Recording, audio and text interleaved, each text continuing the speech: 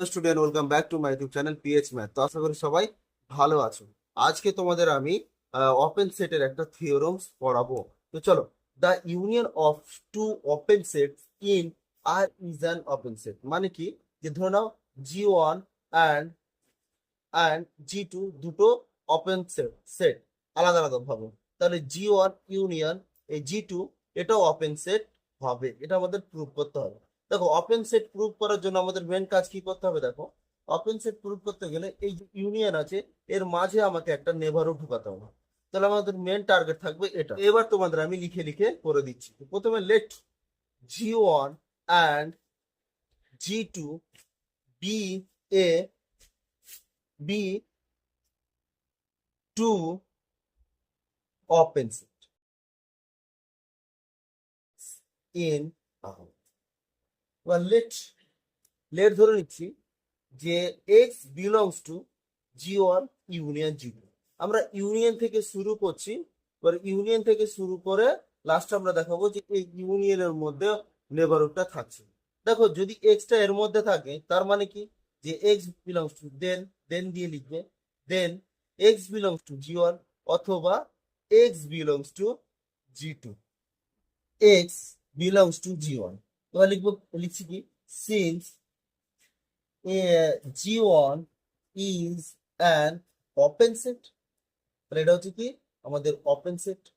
তাহলে G1 যদি open set হয় তাহলে আমরা বলে দেবো is an x is an interior point.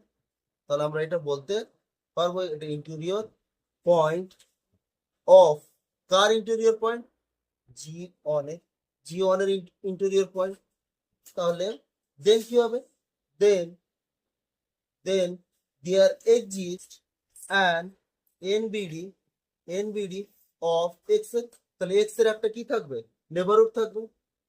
such that কি হবে? n of x subset G1 হলো। আচ্ছা, এবার তাহলে n of x কে আমরা লিখতে পারি সাবসেট G1 ইউনিয়ন G2। দেখো, এটার জন্য তো এটা হচ্ছিল, মানে n of x টা G1 এর জন্য সাবসেট। তাহলে যেহেতু আমি আরো অ্যাড করছি, তাহলে তো সেটা আরো ভালোভাবে সাবসেট হবে। তাহলে দেখো, এখান থেকে আমরা একটা জিনিস কিন্তু বলতে পেরে যাব। কি বলতে পারবো? দেখো, আমরা এটা বলতে পারবো যে x x is an interior point. এবার ইন্টেরিয়র পয়েন্ট কেন বলতে পারছি? Interior point of G1 union G2। তাহলে এই ইন্টেরিয়র পয়েন্ট আমি কার জন্য বলতে পারছি? G1 union G2। কারণ দেখো, আমরা n of x subset x, এটা হলে আমরা তাকে ইন্টেরিয়র পয়েন্ট বলতাম। আর এখানে দেখো সেম জিনিস আছে, তাহলে এক্সটা interior point of G1 G2। আর x is an arbitrary arbitrary point of G1 union G2। তাহলে আরবিটারি পয়েন্ট, আমরা লাস্ট লাইন লিখবো G1 union G2 is an open set.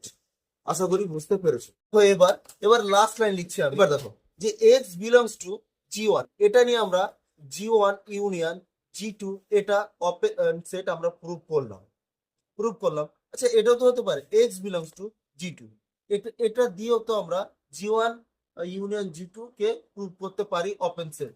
তাহলে দেখো, এটা যদি হয় তাহলে তোমরা কি লিখবা? তো এখানে চলো আমি লিখে দিচ্ছি। সেটা হচ্ছে যে if if x belongs to G1, similarly similarly we can prove that we can prove that আমরা সিমিলারলি প্রুভ করতে পারি যে G1 union G2 is an open set. তো আশা করি তোমরা এই থিওরামসটা বুঝতে পেরেছো।